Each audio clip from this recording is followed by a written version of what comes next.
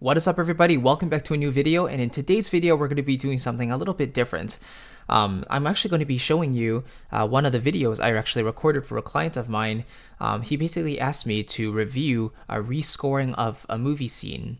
So as you can see right now, we're going to be taking a look at Walle, and specifically the love scene when Walle, escapes from the ship, or when he's blown up from the ship, and then we discover that he's actually fine. He's got the fire extinguisher with him, and then he meets Eve and they do this nice little soaring around the Axiom ship and all that stuff. So it's a super cute scene, and I would definitely recommend you check out the original scene first, just so you get a sense of how the music works with the original, and then come back to this video and you'll see how Ben rescored the scene. So I'll show you his rescoring first, and then we'll take a look at the video I recorded for him with all of my feedback, and hopefully you can learn something from that too. And just before we start, definitely check out Ben's channel. It's in the description box below as well. You can check out the other work he's done and, keep up to date with what he's up to. So without further ado, let's jump right into it. I hope you enjoy. And yeah, thanks so much.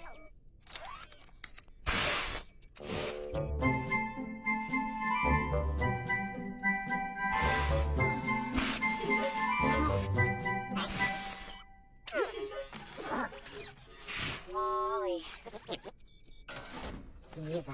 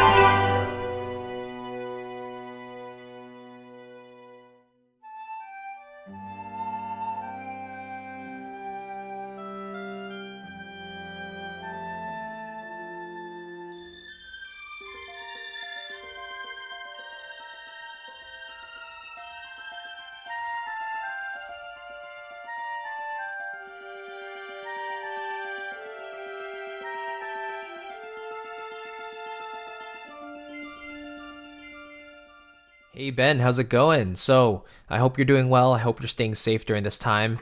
Yeah, it's been crazy, but yeah, thank you for sending me your rescore here. I had a lot of fun listening to it and coming up with some feedback here. So you can see I've got a full page of stuff here. I'm also going to send this to you so you can keep it for yourself and take a look over it. But let's just dive right in. So first of all, really cool that you're using BBCSO. The instruments sound relatively balanced, together. But we'll talk about the mix in a little bit, and there's a couple of underlying issues here that can if you address those, it'll sound really good. So I kind of divided my feedback into a few sections. We have composition, next is arrangement, orchestration, and mixing. So let's talk about the composition first. So I said here, I really enjoyed your opening. It's light, cheerful, and mischievous, yet it's innocent. So let's have a quick listen. So you get this bassoon and then the pick and flute, and that's all really nice. I wouldn't really change that there.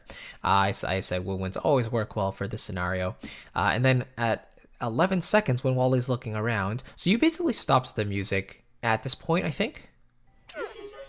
Right, and you see he's being kind of active there, So I would have still kept the music going up until maybe this part. Up until the scene changes, I would have actually probably kept the music going a little bit longer. So maybe all the way up to there. And now we have the silence here, right? So in the original scene, the music didn't even come in actually until she's scanning the plant when he takes it out, So all the way from the beginning up until this part, I believe it was silent in the original film. But here you have some really cool music going on, really, really cute and characterful. So what I would do is actually, you know, keep it going, and I wouldn't get rid of it completely. So what did I say here? I said 11, some light string pizzicattas would lighten it up, right? Because if you just stop it, it sounds suddenly kind of bare because you've already had music come before. So we have this part, you know, and then I was thinking, doom, doom, doom, maybe would be really nice. 12, his eyes pop up, some accents would Mickey Mouse that part really nicely. So where's 12 seconds? I'm just looking down here. Right there, his eyes pops up. So maybe like ding or something, you know? Something to accent that. And then he's presenting the plant at 16 seconds. So a little music here to demonstrate that action of maybe him opening up his storage and taking out the plant. You know, you can come up with whatever you want there. And then here, you have this major third, this D and F sharp. Where is this?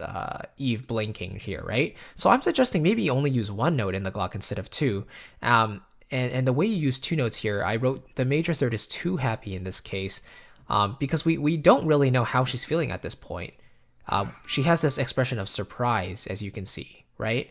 So a major third immediately brings us a feeling of happiness, whereas right now we're not really sure how she's feeling. She's just surprised. So what I might do is actually just take out the higher F sharp. I might just leave in the D, and that just leaves a sense of, oh, she's blinking. Like what could be going on, you know? So, and then I wrote here, lovely flute passage after she kisses Walle. I really like this, by the way. Really nice. Yeah, this whole part's really, really nice. I like this passage a lot. Lovely flute passage. Nice little Mickey Mousing there. And I love this especially. Nice oboe response. And then I made a note here that as Walle's spinning around, you could do some kind of little run here. It could be a string thing, it could be a harp thing. It's almost like it's tickling while he's spinning around. That could be kind of nice, you know? That's kind of cute. And then, yeah, and then next part, nice chord progression when they're flying around. So you have this G minor to C major over G, G minor 7, and continues on, G minor 9. Adding some extra orchestral layers here, which is nice. Now you are kind of repeating the same progression over and over here. Okay, so now you change the chord progression. So now you have your D minor 7 to G major, right? Again.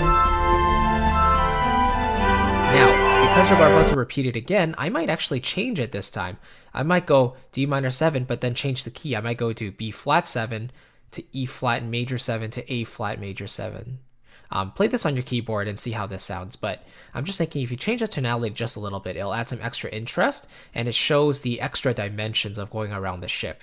Because, you know, the camera's turning, there's all this stuff going on, so we don't want the music to stay too static. We want it to evolve as well, you know? So naturally, I would kind of open it up here, and I would change the chord progression just a little bit to follow the scene as it's happening.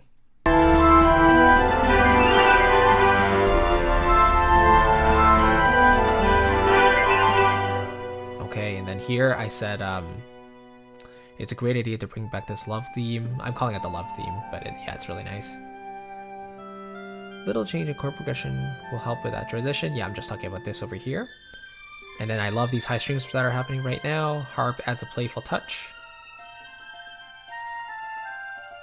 Nice oboe. Yeah, and then the very end here. And now here you have this F major 7 happening. I would just hold this F major 7. I wouldn't go back to the D minor because now it sounds like it's still going on longer.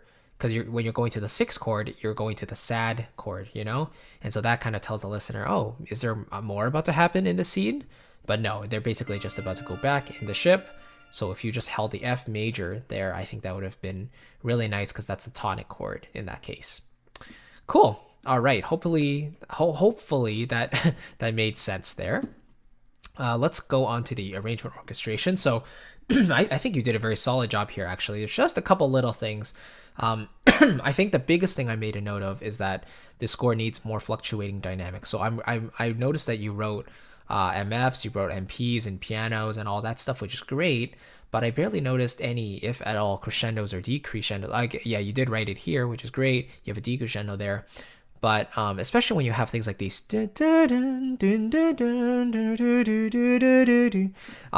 these lines are kind of going, there's a long phrases. So I would give the instrumentalists or the performers even more direction when it comes to them performing that part, because this kind of ostinato or this type of pattern continues along for quite a few bars, so you don't want them to play it at one solid dynamic the whole way through. You want them to kind of ebb and flow. And if you look at the piccolo part here as well, right, you kind of want it to swell in and then come back out, swell in and come back out. That's what I'm assuming here. So I would, maybe notate a crescendo, then a decrescendo, and then maybe you can put here swell or something, Usually the more detailed the better, especially in kind of like concert music. For jazz music it's a bit different, but in this case, yeah, you can always give them a little more information. So that was kind of the main thing I noticed. Let's see here. So 19 seconds, we're scanning the plant. I said I really liked the woodwind cluster because that gives us a sense of uncertainty. We don't know what's about to happen. So 17, 18, 19, right there, this F sharp, B flat, C, E I'm hearing. So that right there, that's really nice. Okay, and then another thing I wrote down, I actually wanted you to start this woodwind cluster a little softer.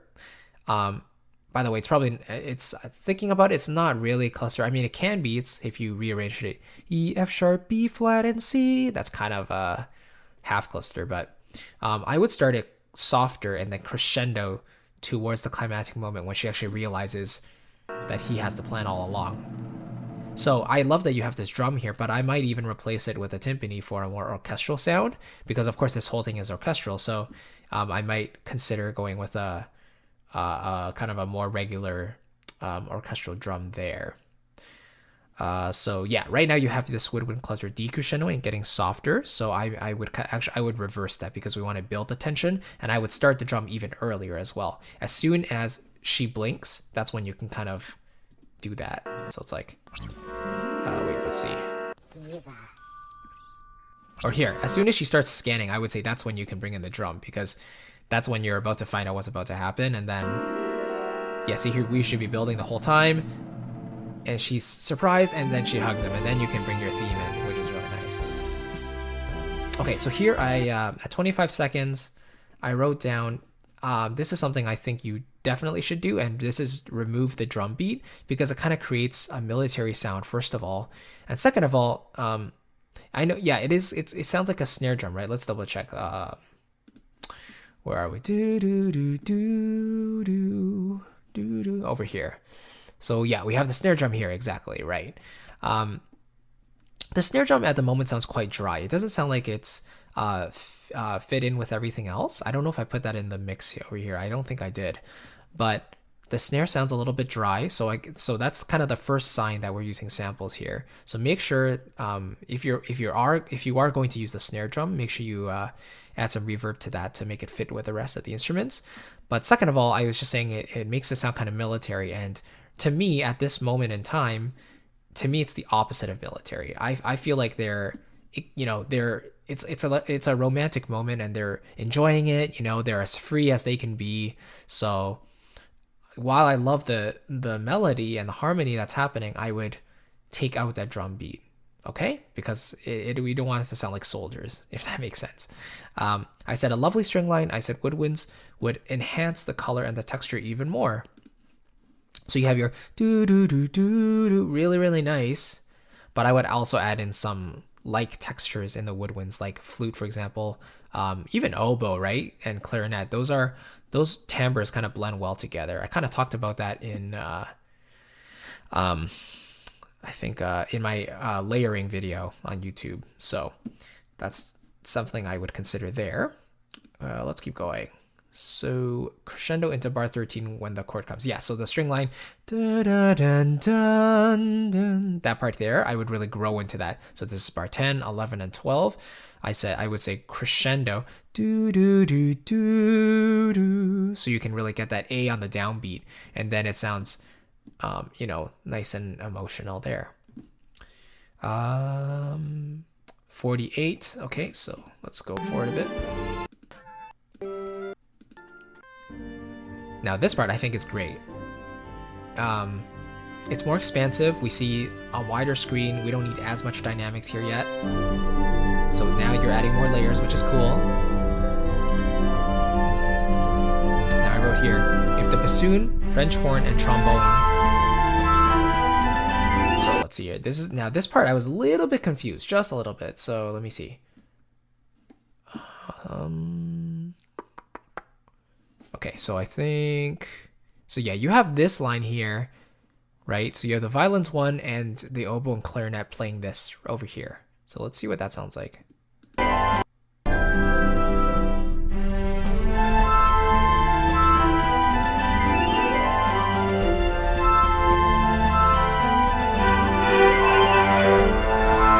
so go back a little bit.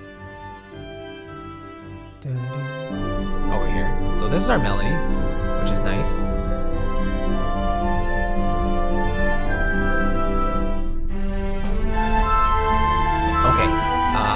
What I wanted to mention here actually is that I guess, well, I put that in the mixing part, but right now the woodwinds actually need a little more reverb because, especially because they're flying in space, they need the sense of big space. The instruments have to sound like they're in a big concert hall or at least a scoring stage. So I would definitely add a reverb to that.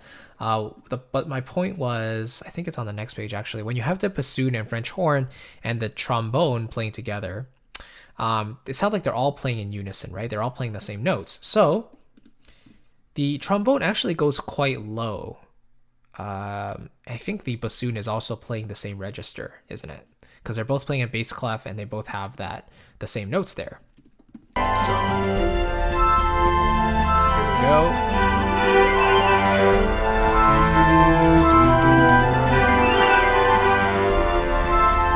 But it's interesting. Like I could see why you wanted that really low register of the melody, but at the same time, I actually think it works well if you bring those low instruments up the octave, or if you took those octaves and brought everything up an octave, the melody I'm talking about in the brass here and the bassoon, because yes, the ship is big and it's massive and it's a big like being, but I feel like the melody is a little bit heavy if we leave it in this lower register, especially if you're layering both the bassoon and the trombone on the same note. It gets a little bit thick for my ears. So I'd probably bring that up an octave just to give it a lighter feel in that part. And I wrote, I don't think you actually need the trombone here unless it's up the octave. It gives a military feel again, because the trombone is kind of a brassy instrument in the first place, right? So yeah, there's that. I wrote here 126, great dynamic contrast. It's after when you have this. Yeah, because then you end really nice and piano here, you know? I also made a, yeah, okay, so I said experiment with a perfect fifth here instead of an octave. Because here, if you transition here,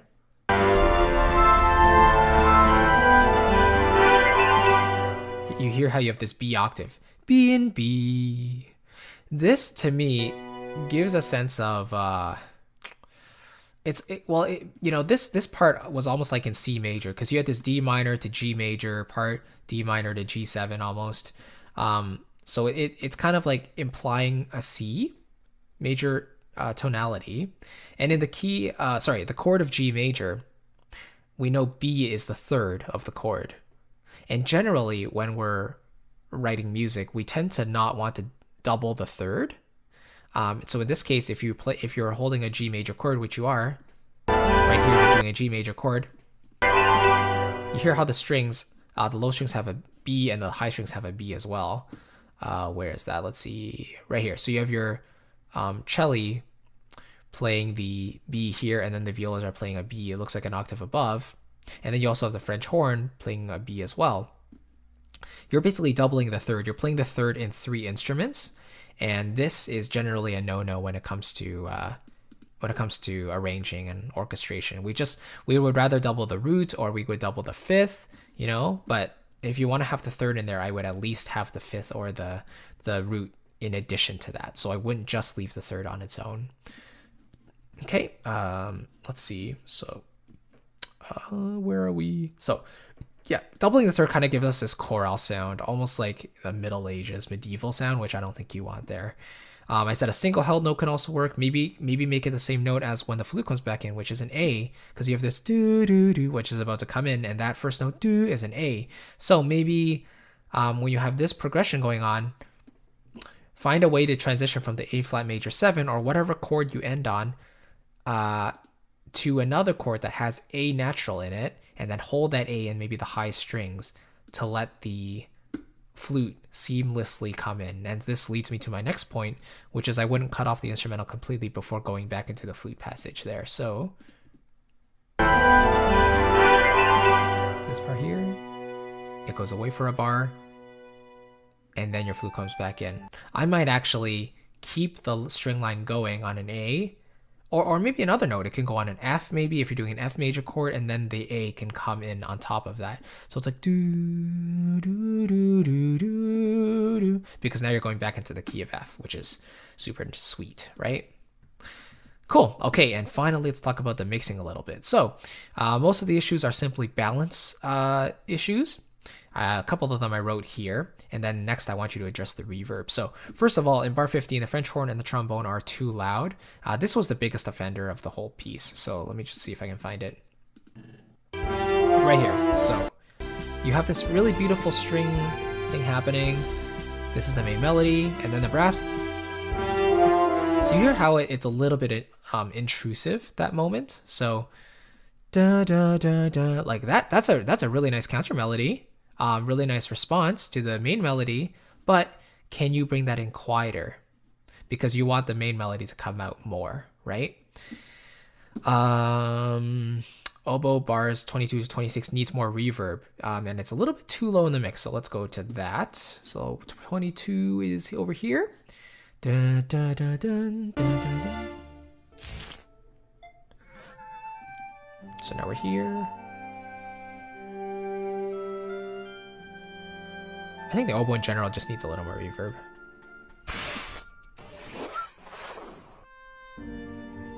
So now I hear the harp really clearly, I hear the low strings really clearly, but the oboe is getting a little bit lost here. And if you have a little more dynamics, maybe if you have some shaping with the crescendos, decrescendos, you can draw on some phrase marks as well. I think it would bring it out a little bit more, and especially if it's a live player, they'll kind of know what to do, but you want to give them a bit of guidance anyway. Yeah, and then some reverb, of course, will make it fit with the other instruments a little nicer too. Okay. 27 to 30, the G pulses on the bottom get a little too loud. So the next part, have a listen to this. So this is fine. Now we're on the next page. Do you hear how now the pulsing gets a little bit too heavy? And that could just be the balance in my headphones, but I have a feeling that the mid-range, the low mids and maybe the bottom are a little bit too much at this point. So I would either use an EQ to take them out, or I would take a look at the arrangement first. I don't think you need this many Gs happening at the same time. So I would maybe take out the harp repeated Gs here, and maybe make these a bit louder if they're not loud already, because this is already your foundation. So you don't need too much of that, okay?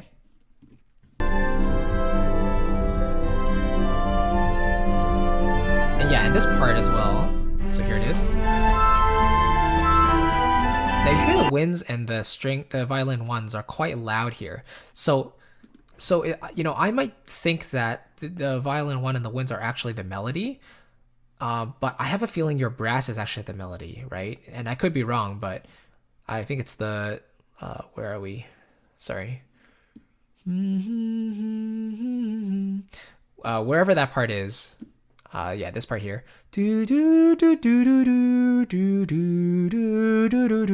Is this your melody? If it is, then make sure that actually comes out a little bit more. Right now, the woodwinds are a little bit intrusive. Number one, because they're too loud in the mix, and number two, they just don't have enough reverb. So and see, that's the thing, right? Like the higher frequency instruments tend to cut through the mix better anyway.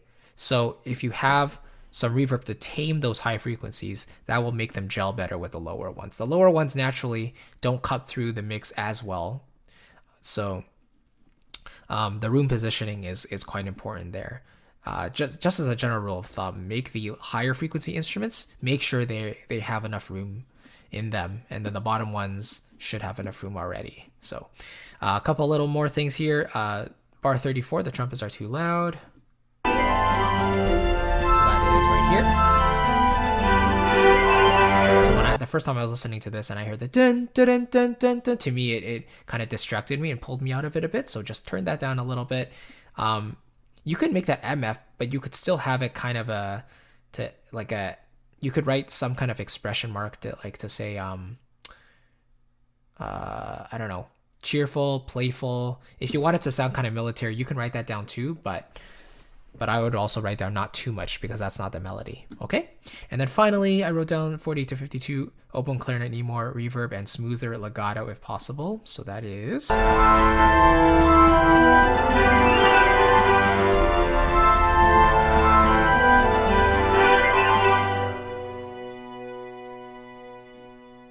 So we'll just hear this part here.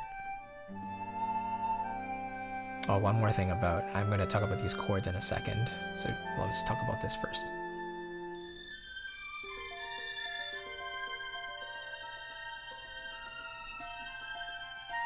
Yep, just these notes here. I really want even more reverb and smoother legato and more dynamics. So T crescendo for me. If you can put in some vibrato as well, that would be perfect.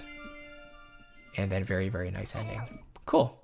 And then we already said, I prefer it if you don't go down to the D minor there. I like it if you stay up on the F major. I was going to say something about these chords here.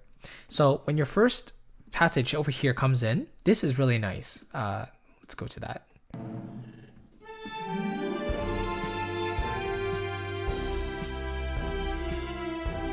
Right? So you have these chords here, which are really nice. So what the chord I'm hearing here is G minor 7, and then here I'm hearing F major 7. So this kind of solidifies the key of F major, right? However, because you have violins 1 and violas doubling the melody, what we get is two of the 5 string sections already taken up, right? And 2 of them are playing the same melody. So that leaves us with only 3. If the bass is taking up the root function of each of those chords, you have to make sure that you have enough material in the other sections to fill up the other voices, the other chord notes. So I want them to be even more rich. And if you insist on having the notes arranged this way, then I would introduce even more woodwinds here to fill in the chord notes that you're missing. So you have this A, you have an F, you have an A, you have a G, and a G. So you have 2 Gs, you have 2 As, and an F. I would do G, B flat, D, F, A. I would at least make it a G minor 9. So I have all 5 chord notes in there, and then your 9th can resolve down to the octave, to the 8th, if that makes sense. And the same for this chord. You have 2 Fs, you have an, what is this? You have a G, so you have 2 Fs, you have 2 Gs, and then an E, right? So you're missing an A and you're missing a C. You're missing the 3rd of the chord and you're missing the 5th. So those would make the whole thing even more lush as well. These are little details that, these are just personal, of course. These are subjective. I think if you put those in, it would make it even more lush and even more full, especially in a moment like this when it's really romantic and happy and, you know, they're floating around in space. There's really nothing to hold back here. So this is something I consider. I hope that makes sense, you know, because this whole part is a little more bare, right? And so when we get into this rapturous moment of them, of Eve being so happy and Walle is kind of like, wow, she actually likes me. I can't believe it. You should like just go all out with the emotion there. So use more chord tones, I would say. And then that is kind of how you make the string section more full. A lot of the time when we hear the arrangement or the mix lacking something, a lot of the times it's just due to the arrangement and how we can arrange the existing instruments a little bit better in terms of chord choices or voicings, if you know what I mean. But yeah, in terms of articulations, I think you did a really nice job. I think you basically got across the feelings you wanted to. There's just a couple little technical mistakes that we went over in terms of the arrangement itself and the mix as well. The mix is basically just volume balancing for me. And some extra reverb on the upper woodwinds. And also the violin ones those were a little bit loud when you layered them in with the woodwind. So just turn everything down a little bit if that's not the melody. If it is, then keep it as it is, but add a little more reverb. And of course the dynamics as well. That will bring it to life even more. So yeah, that was, how long was that actually? That was like, yeah, 27 minutes, almost half an hour. Hopefully this all makes sense. Again, I will send you this document, okay? And yeah, thank you so much for sending this to me. I appreciate it. It was a lot of fun. I hope you learned something from this as well. If you have further questions, let me know. But yeah, it's been a lot of fun. I will talk to you soon. Thanks a lot, Ben.